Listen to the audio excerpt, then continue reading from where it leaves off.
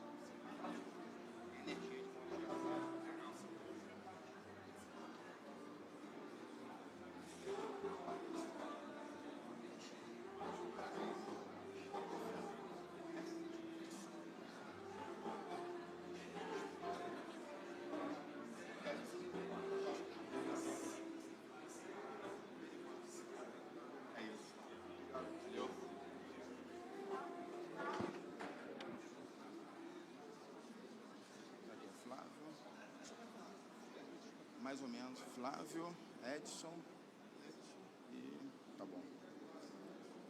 Vamos lá.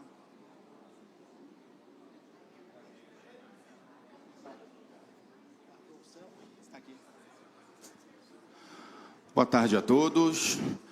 Gostaria de agradecer demais a participação dos antecessores, parabenizar a organização do evento do Macaé Energy. E aqui hoje a gente vai falar um pouco de energias de modo geral, a capacidade produtiva do nosso setor, especialmente de Macaé e municípios em torno. Queria apresentar o Celso Faria, da WEG, o Edson Santos, da Fugro, e o Flávio Rosa, da Aplus. Pessoal, eu queria, nesse primeiro momento, fazer uma introdução rápida para que o pessoal possa conhecer o background de cada um, com as suas experiências, com as suas formações, e a partir disso a gente vai derivando aí para a margem de conhecimento do tema que é proposto. Vou começar com o Edson. Por favor, microfone à sua esquerda. Sua apresentação e dizendo para a gente aí sua experiência e hoje a sua atividade. Boa tarde. Prazer estar aqui. Iniciar agradecendo aqui ao convite aqui da Firjan, a toda a equipe aqui da Prefeitura de Macaé pela organização aqui do evento. A você, Vicente, obrigado, tá? Eu trabalho atualmente na empresa Fugro. A Fugro é uma empresa que lida com geociências, atua na parte de geotecnia, de geofísica, meteorografia e também no campo da integridade submarina, de ativos submarinos. Eu estou na Fugro há aproximadamente 3 anos, mas venho de uma experiência de 40 anos na Petrobras. Basicamente, quando a Petrobras veio para Macaé, tive a oportunidade de iniciar minha carreira muito jovem aqui na cidade de Macaé, que tão bem acolheu aqui a gente, né? Sempre trabalhei no campo e na área de integridade, no primeiro momento com o topside, né, com a parte de produção, e nos últimos 25 anos na área submarina. A Fugro tem assim, uma boa notícia que a gente tem compartilhado, né, com as pessoas que têm atuado no campo de energia. Muito tem sido falado aí do óleo e gás, né, e mostrando toda a pujança ainda do óleo e gás, e por muito tempo ainda. A gente teve a oportunidade de ouvir hoje a Petrobras falando de investimentos entre 20 e 24 bilhões, em torno disso, né? Dentro do plano de negócio deles, aí até 2030. revitalizando campos, desenvolvendo produção também, né? Mas principalmente em revitalização. O que dá uma expectativa de se chegar aí a 1 milhão de barris aqui na Bacia de Campos, o que é uma notícia e uma meta importante que a Petrobras costuma cumprir, pela tradição dela, né? E aí, fora esse campo de óleo e gás, a Fugro tem atuado, e a gente tem percebido um mercado também que vai num ritmo um pouquinho mais lento do que o que a gente gostaria, né? E do que é o potencial, principalmente falando aqui da região. Mas, assim, a Petrobras está inaugurando um piloto do offshore aqui do Rio de Janeiro, aqui na região norte fluminense. A Fugro ela será executante dos estudos de geotecnia, está trazendo toda a expertise. Ela participa, né? A empresa participa globalmente, mais de 60% da implantação dos projetos de eólica offshore no mundo, e ela está trazendo todo o conhecimento, formando gente aqui no Brasil, particularmente aqui nessa região aqui de Macaé, na Rio das Ostras, onde fica atualmente a base dela, e a gente já está mobilizando recursos para iniciar esse trabalho. O que significa dizer que o ritmo da eólica está um pouco abaixo, né, do que se imaginava, mas não está parado, né? A gente gostaria de citar também início de medições de vento aqui na região norte fluminense. É importante frisar isso também, que alguns empreendedores, em que pese algumas dúvidas e alguns entraves na questão de regulamentação, mas algumas empresas têm investido, antecipando estudos e análise de viabilidade de áreas para a implantação de projetos de eólica também. Um outro ponto importante, e para terminar essa primeira parte, eu acho que é importante frisar também o piloto de CCUS que a Petrobras está fazendo aqui na região norte fluminense, afetando principalmente Macaé, né?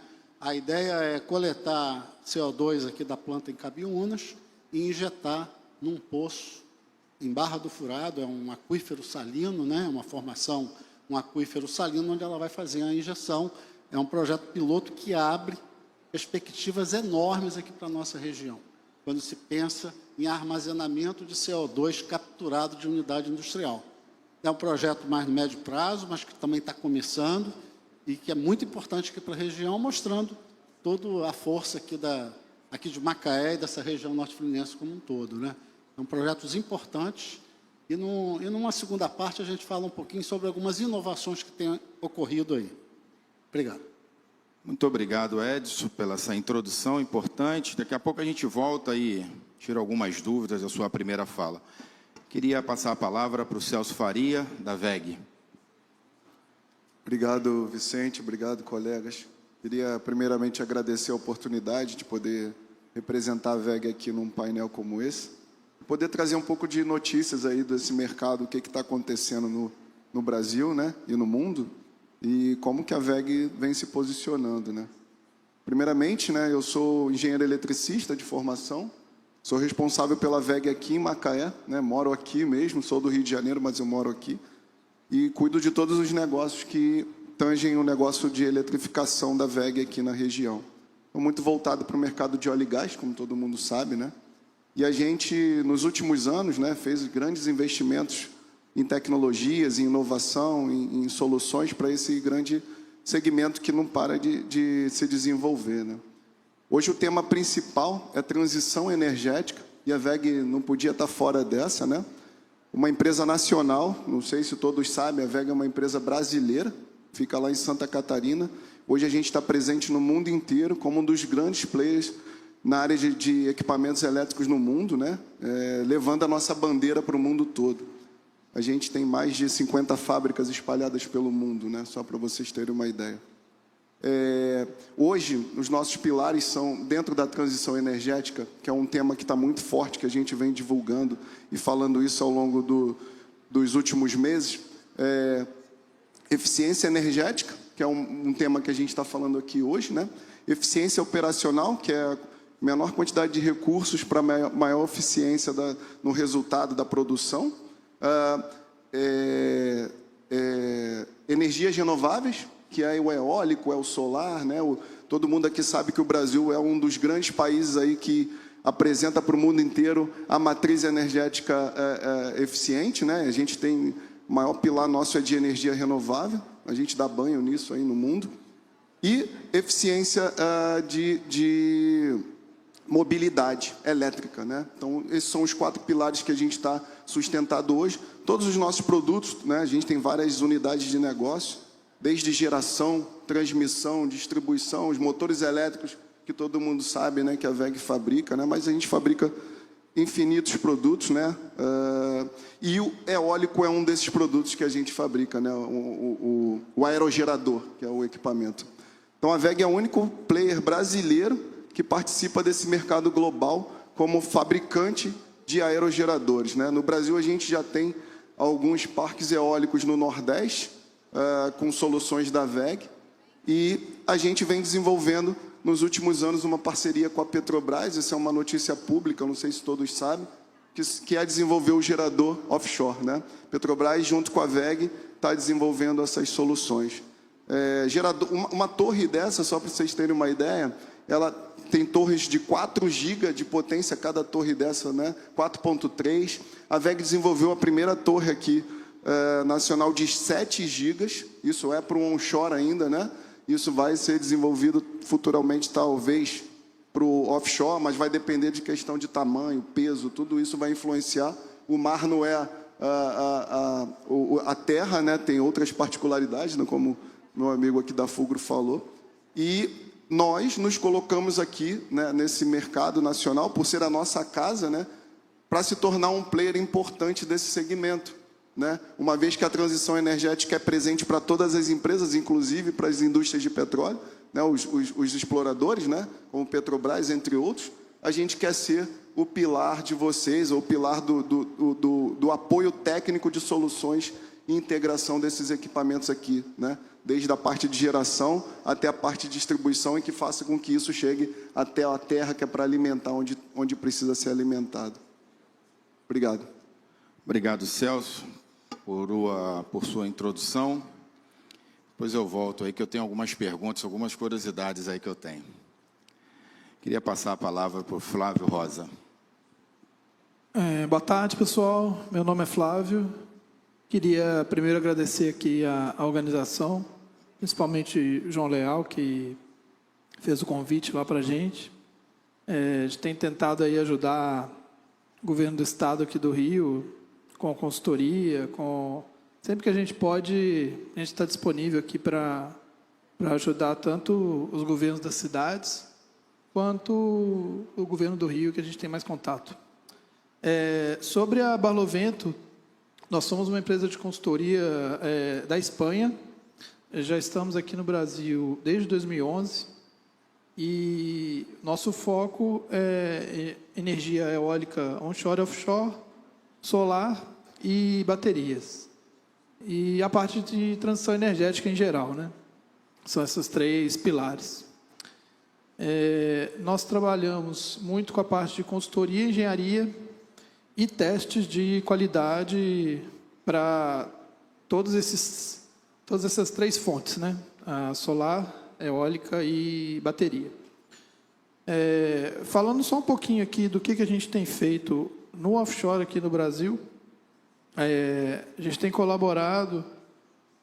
Hoje em dia, nós não temos parques eólicos offshore, mas existem iniciativas de projeto piloto. Então, existe a iniciativa do projeto piloto da Petrobras, que o Edson comentou, aqui no Rio.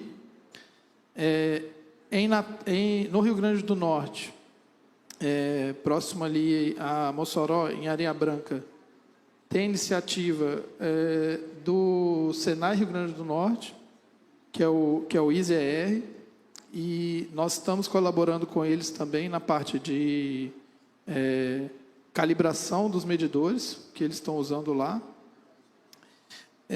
E existe o projeto offshore piloto também no Sul, que a gente colabora, mas é um projeto que está ainda muito embrionário, não tem atividades ainda sendo executadas. Sobre os projetos, a gente pode ir conversando, mas o Rio, só para dar uma ideia para vocês, não sei se todos sabem, nós temos aqui no Rio de Janeiro 7 projetos que estão cadastrados no IBAMA e somando 15 GB de energia. Então, a eólica offshore ela tem essa característica de ter projetos muito grandes, projetos de 2 GB, projetos de 3 GB, e a quantidade de recurso envolvida nisso é enorme. Então, é um potencial aí para o Estado que tem suas barreiras, tem seus desafios, mas que aos poucos vai se desenhando aí, e a gente vai falar do painel aqui das vantagens que o Rio tem para trazer esses investimentos. Obrigado, Flávio. Queria passar lá para o Celso, Edson. E aí, Celso, eu queria fazer uma pergunta para você. Eu venho do segmento de offshore, né? Sou engenheiro mecânico, trabalhei embarcado, tinha atividades submarinas. E a gente sabe que cada segmento tem um desafio, né? E a VEG, a gente sabe que tradicionalmente nasceu para apoio às atividades onshore. E você me disse para a gente que tinha agora um desafio novo de um gerador offshore. Eu acredito que deva ser um desafio numa mudança de cultura da empresa para se estabelecer num segmento tão importante e assumir também aí um protagonismo. Eu queria que você falasse um pouquinho dessa nova direção estratégica da VEG, apontada nessa construção desse novo objetivo aí, que é apoiar especialmente o nosso maior orgulho aqui da região, que é a Petrobras, nessa construção aí desse novo empreendimento. A VEG, como um fabricante dessas soluções, a gente depende também de investimentos da região. Vou dar só um panorama para vocês entenderem. Recentemente, a gente fez um anúncio, é bem recente mesmo, de uma ampliação da nossa fábrica lá numa cidade do lado de Jaraguá do Sul, onde é a matriz nossa, de 1,1 bilhão. É o maior investimento da história da VEG numa construção de ampliação de fábrica. Isso está voltado diretamente para os negócios de geração de grande potência, né? E os aerogeradores vão para lá. Durante muitos anos, a VEG participou de vários leilões que teve no país, no onshore, e esses leilões eles cessaram, né? E aí existiu uma necessidade de continuar com aquela fábrica. Aquela fábrica teve algumas discussões internas a nível de conselho e diretoria, que ela ia ser desativada e ia ser enviada para os Estados Unidos, porque lá o mercado estava em aquecimento. Mas com esse projeto aí das eólicas offshore, com novos leilões que estão sendo desenvolvidos aí para o país, até o leilão de capacidade energética que o Flávio comentou sobre baterias, né? A gente também fabrica as baterias aqui no Brasil, a gente é um fabricante de BES, que tem toda a sinergia com o negócio das eólicas, né? Porque precisa armazenar em algum momento, e a gente tem isso. E a gente entendeu que esse mercado ele vai ter uma nova onda, tanto na onshore como na offshore. Então, a gente tem uma engenharia de desenvolvimento de produtos, né? Com parcerias com universidades no mundo inteiro. Mas dentro da VEG tem uma engenharia de peso muito grande. A gente tem mais de 5.000 engenheiros focados em desenvolvimento de tecnologia. A gente está aqui conversando hoje sobre isso. O pessoal lá está há 10 anos na nossa frente com soluções aí que eu não tenho nem ideia do que está sendo discutido e desenvolvido. É assim que a empresa como a VEG, que tem mais de 60 anos, se perpetua, né? Então, a puxada da Petrobras para se aproximar de um parceiro local, que a gente sabe que tudo que vem aqui é conteúdo local, tecnologia nacional. Quem é que tem capacidade de fazer isso a 4 mãos, né? Foi um convite. A VEG decidiu desenvolver isso junto com a Petrobras, é o SEMP, está todo mundo envolvido nisso. E a gente acredita que isso vai ter um resultado no médio a longo prazo. O Brasil ainda está muito, né, não está maduro, né? A gente sabe que a gente está falando de muitas coisas, tem bastante coisa acontecendo que é preliminar, né? São esses estudos que a Fulgro está fazendo. Onde que a VEG vai entrar? Ela vai entrar no final do processo, né? Onde vai colocar o equipamento, fazer a infraestrutura de cabeamento para alimentar o que tiver que ser alimentado, se é uma subestação em terra, se vai ser a plataforma direto, isso está sendo discutido entre projetos. Mas nós acreditamos, e a resposta é essa, 1,1 bilhão de investimento em soluções de máquinas, né? Porque dentro daquele aerogerador, aquela estrutura lá em cima que você vê do lado da hélice para o lado de trás, é uma sala elétrica gigantesca. É como se fosse um apartamento tamanho. Então lá vai todos os equipamentos ali dentro, vai painéis, vai os motores para fazer a rotação da estrutura, vai o gerador, que é o principal fonte lá para gerar energia, tudo vai ali dentro, né? Então tudo isso é tecnologia nossa, né, a WEG, para atuar. Mas é o investimento e o Brasil está amadurecendo, né? Tem muita discussão. A costa aqui do Rio de Janeiro tem vários estudos de ventos favoráveis, né? Mas a gente tem vários entraves em questões, né? Não é entraves, né? São processos, né, ambientais que precisam ser resolvidos. Então tem um caminho aí a ser percorrido, mas que a gente vai evoluir bastante. Obrigado, Celso.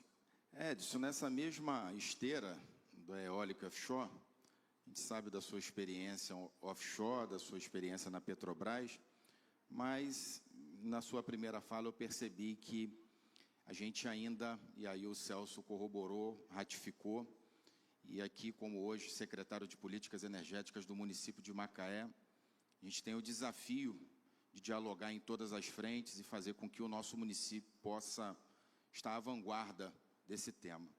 Eu queria fazer uma pergunta para você sobre o que você entende sobre os gargalos logísticos que ainda podem ser um impeditivo para desse desenrolar dos investimentos, daquilo que a gente sabe que tem muita coisa acontecendo, mas o que você acha assim, olha, puxa vida, eu acho que esse ponto aqui tem se tornado um gargalo e poderia ter sido melhor. Ok, boa pergunta. Quando a gente fala de gargalo, você abordou o de natureza logística. E tem outros tipos de gargalos tecnológicos, etc., né? Mas, em termos de logística, toda a cadeia de suprimento da indústria do óleo e gás ajuda muito em qualquer outra frente que se pretenda implementar nesse campo de energia. Eu estou falando aqui no estado do Rio de Janeiro e aqui nessa região nossa, norte fluminense, a estrutura aqui do Porto do Açu, né? Para o óleo e gás, né? Eu me lembro quando Macaé, o Porto de Macaé, eles anunciaram lá o início da produção em 77. A Petrobras era em Vitória, quando iniciou a atividade da Bacia de Campos. O Porto de Macaé, a decisão de se fazer o porto em Macaé foi que mobilizou. Parecia as estações de trem do século passado, que geravam todo o movimento. O porto tem esse poder, né? E eu diria que ali era o núcleo que fez e atraiu tanto investimento aqui para essa região nossa. Muito bem. Então, eu acho que nesse ponto de logística a gente está bem, né? Sob o ponto de vista de tecnologia, a Fugro é um exemplo, né? Mas tem outras, né, empresas que atuam aí no mercado oferecendo soluções, né?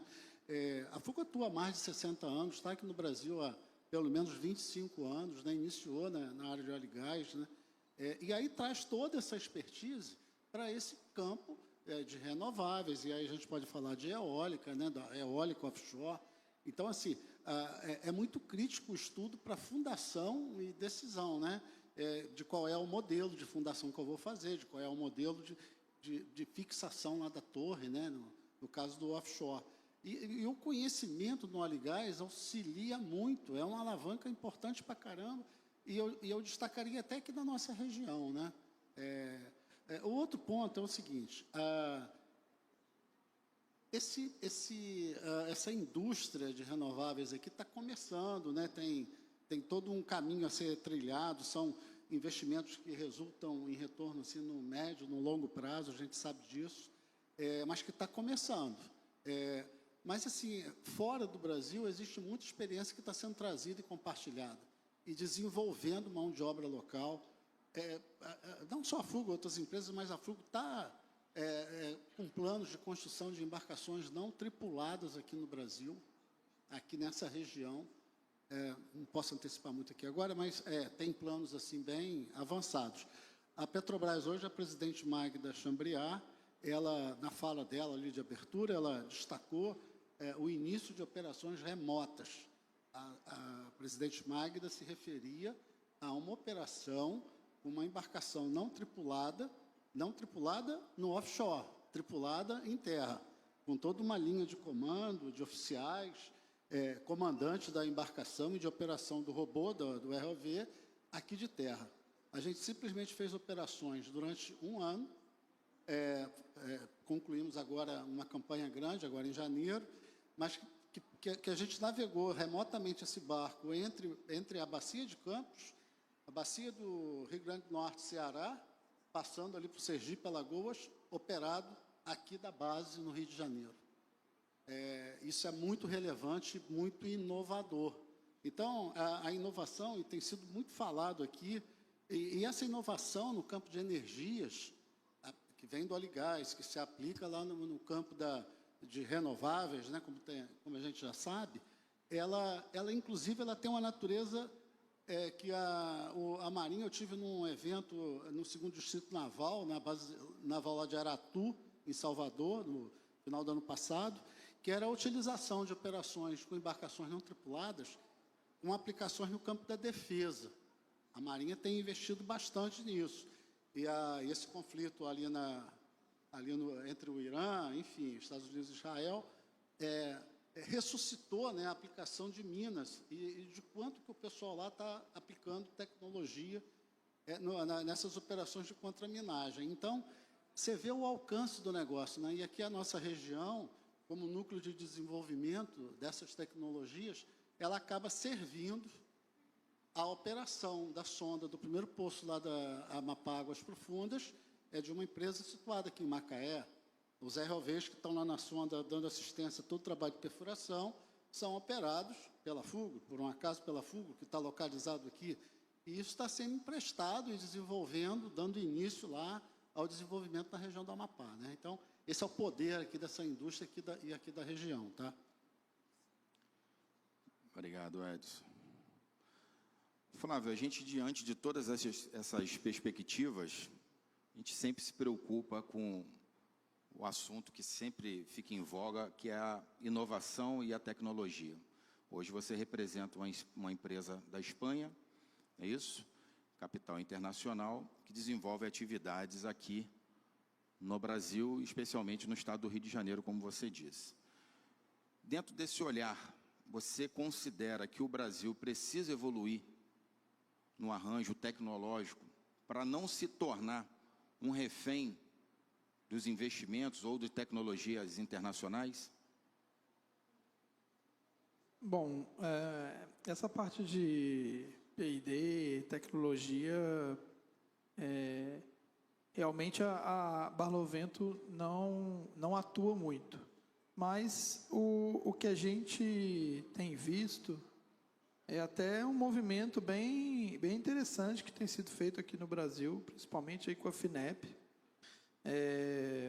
Por exemplo, todos os P&Ds de offshore que têm sido feitos são sempre tanto com as verbas obrigatórias da ANP ou com as verbas da ANEEL, ou com recurso FINEP. Então, por exemplo, está sendo montado toda uma estrutura laboratorial lá no Rio Grande do Norte, que a gente tem participado, com recurso FINEP. Outro movimento que é da Petrobras, que o Edson até comentou, que é aqui o projeto piloto, também é com recursos ANP. E a Petrobras, na verdade, a Petrobras já estuda offshore aí desde 2010, 2012. Mas, recentemente, eles desenvolveram uma boia própria. O que é a boia, né? A boia é uma boia que tem um equipamento ali para medir o vento. E ela substitui uma plataforma que você teria que colocar no mar para medir o vento. Então, tem todo um padrão internacional para isso, que o Edson mesmo conhece bem, porque a Fugro também tem uma tecnologia dessa. E hoje a Petrobras já está aí com mais de 6 boias espalhadas no Brasil dentro desse projeto de P&D. Então, nesse ponto de depender de tecnologias externas, eu vejo que, principalmente com o CEMPES e outras universidades, outros centros de pesquisa, o Brasil tem tentado fazer o dever de casa. Dinheiro não falta, a gente vê aí, saiu agora uma tomada de projetos lá de, acho que mais de 5 bilhões, mas na casa de bilhão. Então, falta projeto bom, só recurso a gente vê que recurso tem aí da FINEP e dos órgãos que fomentam pesquisa no país. Bacana, Flávio. A preocupação, ela passa... Traga para o Celso, por favor. A preocupação passa pela uma fala que é permanente do prefeito Elbert Rezende, da qualificação profissional. Acho que um dos maiores legados do município tem sido o investimento da mão de obra, o investimento público, privado, fazendo com que a população esteja preparada para os desafios que circundam a indústria de óleo e gás e de energias de modo geral. Agora a gente está falando das eólicas. Nesse sentido, Celso, a gente sabe que a VEG é tradicionalíssima, tem um centro de pesquisa grande, um centro de qualificação, de treinamento grande. E eu queria te convidar a fazer um exercício, se é possível, fazer com que esse tipo de estrutura pudesse também ser alocada no município de Macaé. Você visualiza essa possibilidade? Se há um caminho diante disso que precedeu essa fala inicial que eu disse, de investimento do próprio município, fazer uma parceria para trazer, diminuindo essas distâncias, fazendo com que a população macaense e os vizinhos que ficam ancorados, né, do ponto de vista da tecnologia do município de Macaé, a VEG vir para Macaé com essa capacidade? Você consegue visualizar isso? Obrigado pela pergunta. Eu vou falar um pouco sobre esse tema e porque a história da VEG em cima disso, né? Ela foi fundada em 61, né? E lá na cidade, era uma cidade muito interiorana, então era plantio, não tinha mão de obra. E quando 3 fundadores, né, eu acabei não falando, né? A VEG é a inicial do nome de cada fundador, não sei se todos sabem, né? Mas é WEG, que é de Werner, Egon e Geraldo, né? E eles lá, quando fundaram essa empresa, não tinha mão de obra, todo mundo era do campo. Falou, como é que a gente vai fabricar motor se a gente não tem mão de obra para isso? Então, eles fundaram a primeira escola técnica lá naquela cidade. E essa escola existe até hoje, né? Até hoje. Ela é como se fosse um Senai, né? E lá existe o concurso dos alunos para entrar lá. E quando eles prestam essa prova para entrar, e eles entram lá e ganham uma bolsa. A bolsa é meio salário mínimo para estudar. E depois que eles se formam, lá os cursos principais de mecânica, eletrônica, eletrotécnica, tem torno, né, mecânica, tem tudo isso, né? Tudo que a VEG fabrica, ela tem a escola pronta lá. Ferramentaria, tem uma escola lá específica para isso. Esses alunos se formam e eles já ganham um emprego fixo, já saem empregados dentro da empresa. Hoje a VEG tem em torno de quase 50 mil colaboradores no mundo todo, mas a maior quantidade de pessoas está em Jaraguá do Sul. Justamente a maioria das pessoas são formadas nessa escolinha. Depois dali a gente ampliou isso com parcerias com o Senai, no Brasil inteiro. Então a gente tem muita parceria. A VEG desenvolve bancadas didáticas para essas escolas, para formar alunos, né? Então são as bancadas lá de instalações elétricas, de todo tipo de treinamento, né? E a gente tem uma força grande. Eu estou em Macaé, vai fazer 4 anos, e uma das primeiras, né, tarefas que quando eu vim para cá, sou amigo do secretário de Desenvolvimento, Rodrigo, né, o prefeito Elbert e o vice-prefeito, né? E eles comentaram muito sobre isso, né? E a gente tem feito um trabalho para tentar pegar uma escola aqui, sim, e a gente formar a capacitação dos professores e trazer estrutura para cá para poder fazer esse treinamento de novas tecnologias para preparar os alunos para o mercado offshore. E aí a gente vai focar, só para vocês entenderem, basicamente nos produtos e soluções que a gente tem pro mercado, né? Então são, né, sei lá, tecnologias de eletrônica, né, inversores de frequência para controlar os motores, automação industrial, onde a gente tem um pilar muito forte. Vamos capacitar, a ideia é essa. A gente tem falado bastante algumas vezes, né, com o pessoal da Secretaria de Educação, né, para tentar formar um hub, né, uma estrutura, onde a gente consiga apoiar e fazer essa... apoiar, como eu digo, é doação dos equipamentos para que monte essas bancadas, para que esses alunos sejam treinados e ensinados nisso, e pegar os professores e mandar para esse centro nosso lá em Jaraguá para fazer os treinamentos. É uma interface importante, né? A gente sabe que, especialmente no petróleo, existe a cultura, né? A gente estava falando aqui mais cedo, que a maior parte dos operadores do petróleo, estava falando com o Edson, né? Eu saí de Macaé, morei em Houston num período, justamente buscando essa qualificação, essa interface, depois para ser multiplicador, né? Instrutor, essa coisa toda. É isso, Celso. Ô Edson, queria fazer uma pergunta a você, essa aqui é bem específica. O que diferencia o litoral fluminense, especialmente a região norte fluminense, como polo estratégico para projetos offshore? Bom, primeiro, na cadeia de óleo e gás, as reservas provadas, né, da Petrobras e de outras operadoras.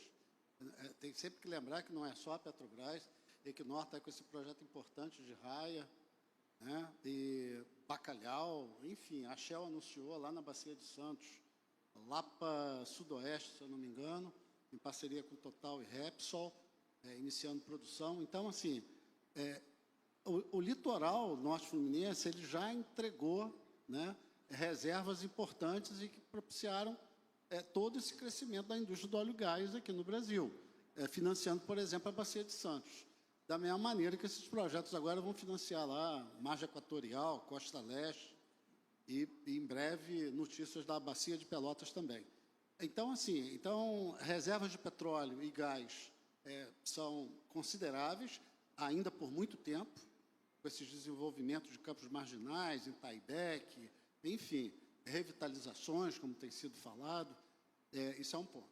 O outro ponto é quando a gente fala de energia, né? E se a gente for no campo de eólicas, os estudos preliminares indicam um potencial de vento muito interessante no Nordeste, aqui no Norte Fluminense, muito próximo, mas um pouquinho abaixo desse potencial de vento, mas com um diferencial que é exatamente a pergunta anterior, que é a infraestrutura logística, com toda uma cadeia de fornecimento que coincide em muitos pontos com a indústria de óleo e gás, já instalada aqui no Rio de Janeiro, né? E a possibilidade e a proximidade para a interligação com o sistema nacional. Isso confere também uma vantagem, a proximidade com centros consumidores e tal, excepcional aqui para o estado do Rio de Janeiro e essa região norte fluminense. Eu destacaria esses dois pontos. E, por último, e assim, nesse conceito de diferencial, é preciso destacar aqui, e com ênfase, o trabalho do governo do Estado, da Secretaria, da CNMA, da Secretaria que atua junto às prefeituras e apoia tanto esses projetos. A gente tem conversado muito lá com o Sérgio Coelho, que infelizmente não pode estar aqui hoje com a gente, né? Mas é uma pessoa que a gente agradece muito e reconhece muito o empenho pessoal dele em alavancar todo esse assunto, representando muito bem o governo do Estado, o secretário Cássio, ex-secretário agora, né, que está em transição, com algumas mudanças que estão ocorrendo. Enfim, então, isso é um outro diferencial, né? Todo o aprendizado do óleo e gás aos entes públicos, municipais, estaduais, tem contribuído para esse diferencial aqui em Macaé. É só observar que os outros estados têm procurado parceria aqui com esses entes aqui regionais para poder absorver, né? Isso é positivo, olhando o Brasil assim como um todo, isso é muito positivo, né? Então, eu diria que esses daí são os principais diferenciais, tá? Tem outros importantes também, a academia, o desenvolvimento, tudo que é parceria. Você estava comentando dos projetos de PDI, você falou dos editais da FINEP, né? Edital FINEP, que alavanca tanto o projeto, ele exige parceria com ICTs, né? Instituições científicas, né? Técnicos científicas, né? Universidades, Senai, etc., etc. Então, tudo isso aí vai gerando, e aqui o Estado do Rio de Janeiro e essa região está muito preparada para suportar esses desenvolvimentos, quer seja de PDI, quer seja para melhorar o que já existe, né, que também faz parte dos programas de PDI, né, melhoras incrementais, né, não só aquelas disruptivas, né, enfim, então, o local que continua sendo extremamente competitivo e muito promissor para esses empreendimentos. Eu só vou emendar aqui com uma última questão de qualificação, e aí eu vou citar aqui, a Fugro, ela foi fundada aqui em Macaé, ela tem uma área aqui em Macaé, mas por uma questão de expansão, ela acabou optando por se deslocar aqui para a Zona Especial de Negócios em Rio das Ostras, mas eu fico muito feliz quando eu passo de manhã lá pela sala, que está recebendo os novos admitidos, com todo esse crescimento de robótica submarina, jovens lá fazendo uma integração na empresa, porque é um mercado assim tão específico, né, que você acaba tendo que formar, né? Robótica submarina você não encontra assim, né? Então você contrata o pessoal lá, os jovens como trainee e vai escalando e dando essa formação. Várias outras empresas atuam com esse mesmo espírito aqui na nossa região, mas a grande maioria se desloca de Macaé para lá. Então, mesmo estando lá, as oportunidades de qualificação e de trabalho, né, e emprego, para esses jovens, acontecem afetando toda aqui a região, e principalmente Macaé. Tá bom? Pode ficar tranquilo que a gente sabe o papel da Fugro. Parceira. Flávio, eu queria te pedir, para aquele que é leigo no segmento de eólicas offshore, que está ouvindo o tema pela primeira vez, que você fizesse um overview, um apanhado geral, uma visão geral, de como que são as dimensões dessas plataformas todas que a gente está falando. Assim, as pessoas acabam não entendendo, quando a gente fala de medição de vento, o motivo que é necessário medir o vento, e em função de uma característica técnica das pás eólicas, do tamanho dos argumentos tecnológicos. Então, eu gostaria que você falasse um pouco para aquele que está nos ouvindo aí pela primeira vez. Tá, uma boa pergunta. Eu vou tentar resumir aqui um pouco. Bom, a eólica offshore, ela, hoje em dia, ela já se tornou um projeto bem diferente da eólica onshore. Então, aqui na região, nós temos só um parque eólico, que é na divisa ali com o Espírito Santo, que chama Gargaú, que é um projeto ali de 2012, mais ou menos. As máquinas ali, elas são de 1,8 mega. Na época, era uma máquina grande, ali de 100 metros, mas hoje, para quem viaja pelo Nordeste aí, vocês vão encontrar máquinas de 4 GB, de 4 mega, desculpa, e as mais atuais, as que estão sendo instaladas hoje, elas estão com 6 mega. E tem aqui a da WEG, que no Brasil é uma inovação, né, que está sendo... tem uma instalada na Bahia, nesse projeto de P&D, que de 7 mega. E isso está dentro do nível mundial, tá? Então, você lá fora também, os parques eólicos onshore, estão nessa faixa aí de 6 mega, 8 mega, depende do local. Porém, para eólica offshore, você nem acha mais uma máquina de 8 mega. Não existe. Então, de tão pequeno. Então, hoje você já tem máquinas na China sendo instaladas, máquinas de 16 mega, máquina de 18 mega. Tem agora uma que foi instalada como protótipo de 20 mega. Então, assim, é que a gente não tem aqui o slide, mas o tamanho dessas pás, as pás são maiores do que asas de avião. Então, é uma indústria que tomou outro tamanho. Tanto que nos outros países você tem o conceito de porto-indústria, porque você não consegue fazer toda a infraestrutura do parque offshore, você não consegue fazer no meio do continente e enviar para o mar. Você tem que fazer já no porto e já sai ali para ser instalado, porque são máquinas enormes, assim. Tanto o tamanho do rotor, que são os tamanhos das pás, né? As pás aí com cada pá com mais de 80 metros, 90 metros, o que dá ali 180 metros, né, de rotor, quanto em tamanho do aerogerador. Hoje os aerogeradores estão com alturas de 150 metros, quando esse de Gagaú que eu estava falando tem 90 metros de altura.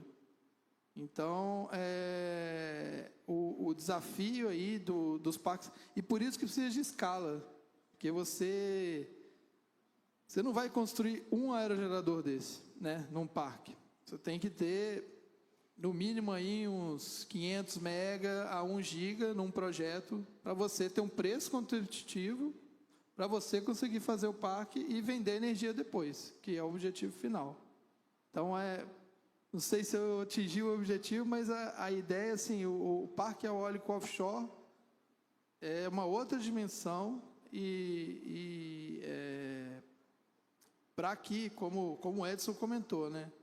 Aqui o Rio, que já tem essa expertise de offshore, já está com meio caminho andado aí para iniciar essa indústria. Bacana, Flávio. Importantíssima essa explanação, porque as pessoas passam a ter uma noção exata, né, do tamanho, da dimensão daquilo que a gente está falando. Já se encaminhando para o fim, Celso, queria que você fizesse as suas considerações finais. Vai ser uma pergunta que vai ser direcionada para os três. Falando do futuro, o que você vê, sendo engenheiro eletricista, à frente desses projetos?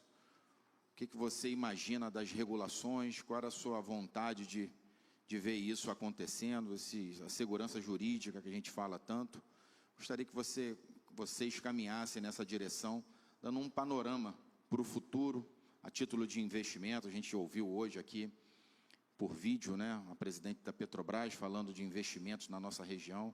A gente acompanha nacionalmente, em todos os setores sendo falado, mas eu gostaria que você mandasse uma mensagem, se possível, otimista, para todos nós que estamos aqui acompanhando, inclusive virtualmente. A gente teve uma convenção semana passada, nacional, na VEG lá, e a mensagem principal lá do nosso CEO era que a gente acredita que o ano e os próximos anos, na verdade, vão ser positivos, né? E esse ano é um ano desafiador por todos esses entraves, a gente entende, mas a gente não deixa de crescer, né? E a VEG continua investindo, né? O nosso slogan desse ano aí para os próximos é: o mundo pede, a VEG faz, né? Então, baseado nessa questão de descarbonização, transição energética, é isso que a gente está se pautando aí para os próximos anos. Então, a gente acredita que existe uma transição realmente acontecendo, né? Grandes empresas aqui no Brasil estão se adaptando, se ajustando para isso, e a VEG não vai ficar de fora dessa. E a gente acredita que os próximos anos serão ótimos anos para a VEG, porque uma vez que você fala em transição energética, a gente quer ser o parceiro principal dessas empresas para poder entregar soluções e tecnologias. Então, para nós, é muito positivo mesmo, assim. Mesmo com toda essa regulação que a gente entende de questões de custo Brasil, tudo ser desenvolvido, mas a gente ainda acredita que não vai parar de crescer mesmo. Obrigado, Celso. Edson, do seu ponto de vista, hoje na Fulgro, trazendo consigo a experiência da Petrobras, por esse olhar otimista de ver os jovens chegando na indústria, né? Isso deixa a gente muito feliz, né? Porque vê que o ciclo está sendo completado, a empresa ganhou o contrato, as pessoas estão sendo contratadas, preparadas, e a gente vê a indústria que a gente tanto gosta, né? A gente aprendeu a gostar, que é de óleo e gás, que viveu dela, que vive dela, com anos para frente. Eu gostaria que você pudesse deixar essa mensagem aqui para a gente desse ponto de vista. Perfeito. É uma pena que aqueles jovens de hoje mais cedo não tenham... Grande verdade. Ficar aqui até Grande agora. verdade. Tem lá, levantou a mão lá atrás. Tem lá. Está representando. A sementinha Muito foi bem. plantada. Muito bem. Mas eu vendo esses jovens hoje entrando aqui, eu me lembrei quando eu fiz meu primeiro embarque em 1980, e lá no embarque a gente conversava já sobre a relação entre a produção e reservas.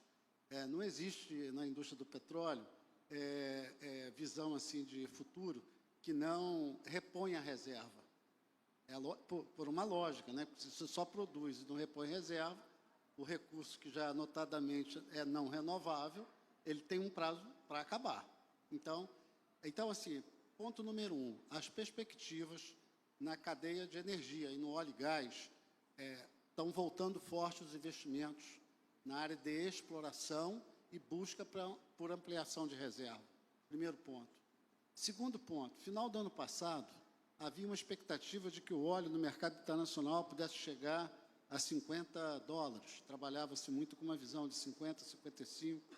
A EIC divulgou vários estudos nesse sentido, o que aumentava, naquela ocasião, né, como permanentemente ocorre, né, mas naquela ocasião em particular, os desafios para se manter sustentável a atividade com óleo a esse valor. Esse conflito, e muito se falou aqui mais cedo nessas questões geopolíticas, gerou uma instabilidade que reforça a tese lá do Peter Drucker, né, que a melhor maneira de você lidar lá com o futuro, com as incertezas do futuro, é se antecipando a essas incertezas e criando. Então, vamos criar recuperação de óleo, vamos criar ações no sentido de investir energias renováveis, porque é o futuro do planeta. Então, se antecipar, isso é um ponto. E a outra certeza que a gente tem, talvez a única, na minha opinião, é sobre mudança. Há 2.500 anos, Heráclito já falava que nunca se entra no mesmo rio duas vezes, né? Porque quando você entra na segunda vez, você já não é a mesma pessoa, o rio já não é a mesma pessoa. A nossa indústria, na minha opinião, vive isso. Então, se você juntar mudança como algo permanente, né, e a necessidade de a gente ter que responder adequadamente, né, se eu, para lidar com essas incertezas, a melhor maneira é antecipar, e mudança lá para os chineses, né, no ideograma lá chinês, risco e oportunidade, então nós estamos diante de um futuro que, na minha opinião, traz riscos, como tudo que a gente faz, mas as perspectivas são muito boas para toda a indústria, para as academias, para a formação dos jovens, para emprego e desenvolvimento. Então, a Fugro está muito otimista com essas perspectivas futuras, particularmente aqui no Rio e nessa região de Macaé. Muito obrigado, Edson. Flávio, na mesma direção, suas perspectivas para o futuro, aquilo que você vê. Obrigado. Bem, a Barlovento, nós trabalhamos com transição energética, né? Então, eólica, solar, baterias e hidrogênio é o que a gente faz. Então, nós tivemos aí um ano aí, mais ou menos, de incertezas nesse setor, trazidas de fora, né? Mas a geopolítica aí tem nos mostrado que nós temos que buscar segurança energética, né? E depender só de poucas fontes não é um bom caminho para os países, né? Então, eu vejo que para o futuro, principalmente aí eólica e solar e agora as baterias devem voltar aí em 2027, aí pós eleição, com muita força. Só um detalhe aí da parte regulatória aí da eólica offshore. Na próxima semana vão sair as diretrizes para os próximos leilões de áreas para eólica offshore. Era uma demanda antiga aí do setor, que o Ministério de Minas e Energia vai, junto com o Conselho Nacional de Política Energética, vão divulgar aí até a próxima semana. Então, as perspectivas são boas aí tanto para 26 quanto para 27 e para frente. Obrigado.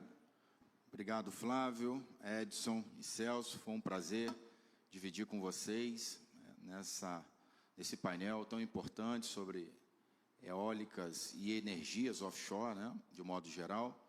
Então, aqui, em nome do prefeito Elbert Rezende, do seu vice, doutor Fabiano Pascoal, e aqui, representando a Secretaria de Desenvolvimento Econômico, nossa colega Mariana, que sempre se dedicou muito para fazer que tudo isso também pudesse acontecer. Agradecer demais a essa oportunidade de estar com vocês e a todos que nos acompanharam aqui e virtualmente nesse debate tão bacana, nessa instrução voltada para a dinâmica das energias de modo geral. Muito obrigado.